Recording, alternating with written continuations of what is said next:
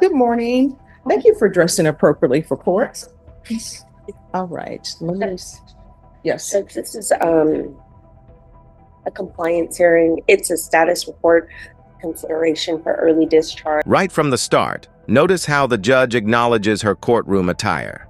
It may seem small, but in real court cases, showing respect through appearance can heavily influence a judge's perception. First impressions in courtrooms matter, more than you think. Do you think she dressed to impress or to redeem? Ms. Hernandez has 2 cases. These were sent in, and Judge Angelini wanted them to be heard by you, Judge. Okay. Here are both reports. She has completed all of the terms of her probation, as far as conditions are concerned. I did speak with the state, and the state is opposed to the early termination for the cases because of the nature of the case, and because I believe Mr. Garahan stated there was the underlying, the actual original plea deal. There were some things in there to where this was the best outcome for it. Ms. Brubaker did prepare to speak with the court today, and she'd like an opportunity to do so. All right. I'm sorry, Ms. Hernandez. I keep saying Wait, huh? I did it again. Brubaker, it brings me up. That's an MTR. Okay. It's also a movie. But, okay. So I did write something. I just wanted to be prepared. Sure. If you don't mind. Your Honor, I want to thank you for the opportunity to speak today.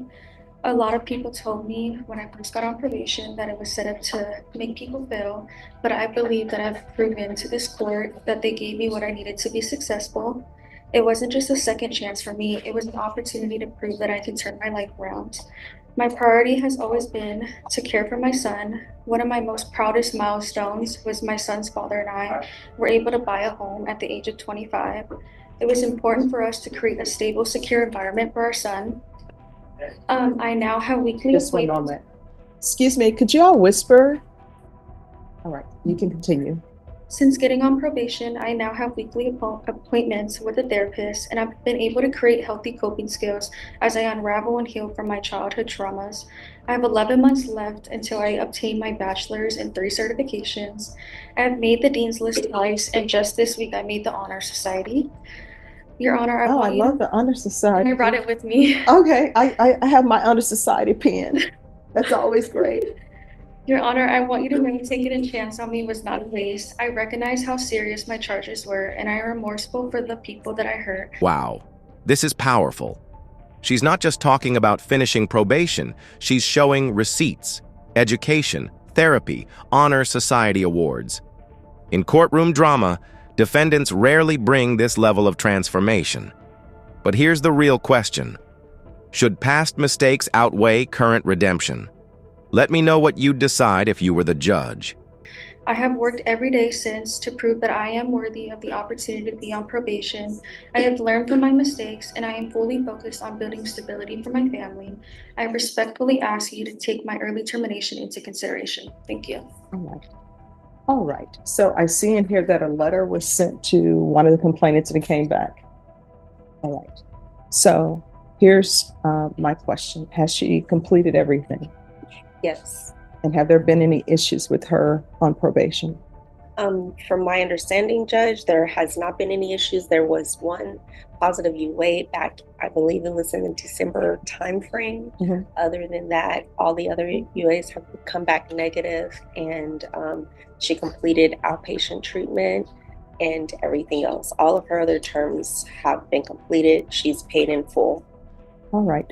State? Yes, sir. You're opposed? Yes, Your Honor. Okay. And it's due to the nature of the offense?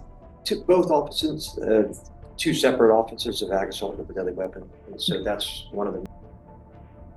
And here's the curveball: assault with a deadly weapon. This is not a small charge.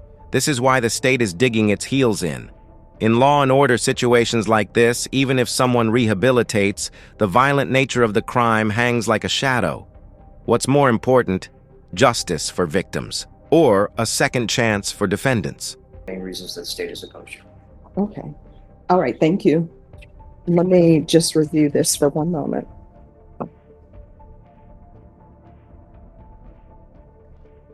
And I did bring my awards if you do want to see them, just in Yes, case. I do want to see them. And I hope you end up framing them. Of I course. did. So one of them's folded because it was framed, so I'm sorry. No, no, It no. looks so crazy. You got to keep it framed. Yes, I know. I just got my second one last week too. It's a really huge accomplishment for me and my Oh, that's family. awesome. Thank you.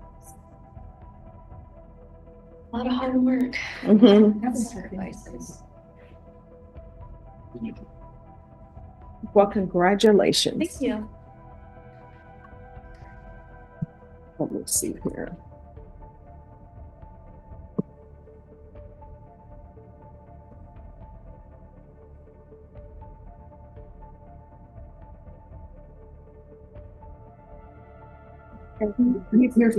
It's been 6 years since I've been here.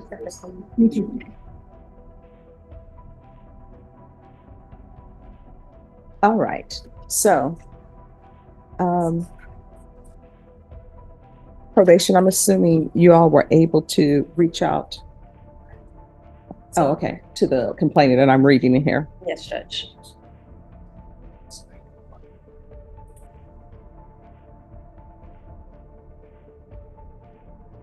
All right. So, the complainant doesn't want you off early.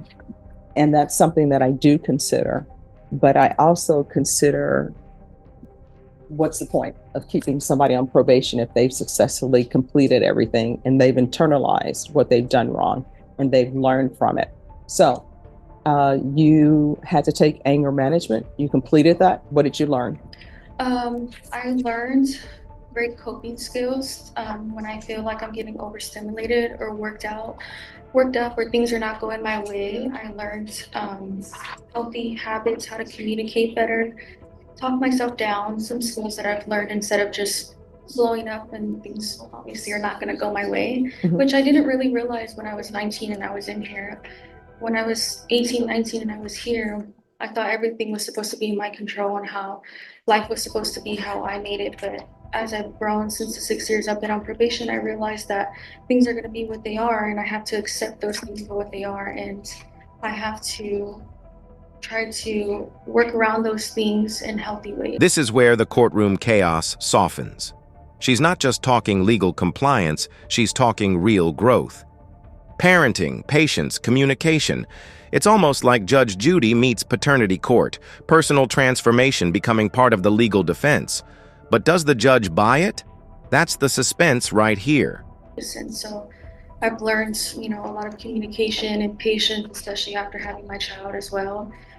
He'll be 5 in October, so I just have one child, but it's been a lot of ups and downs working on that part, but I feel like I really found healthy ways and a good support system to help me do that as well. All right. And what did you learn about this specific case and what you did wrong? My case? Yes. Which one? The case that you're on probation for. So when I was in here, when I first had the offense, I didn't have any sense of life. I had no direction. When I did what I did, I was thinking in a selfish way. I didn't know, because I wasn't living yet. I had no idea what it was to be an adult, what it was to pay bills, what it was to go to school and sacrifice. Sorry.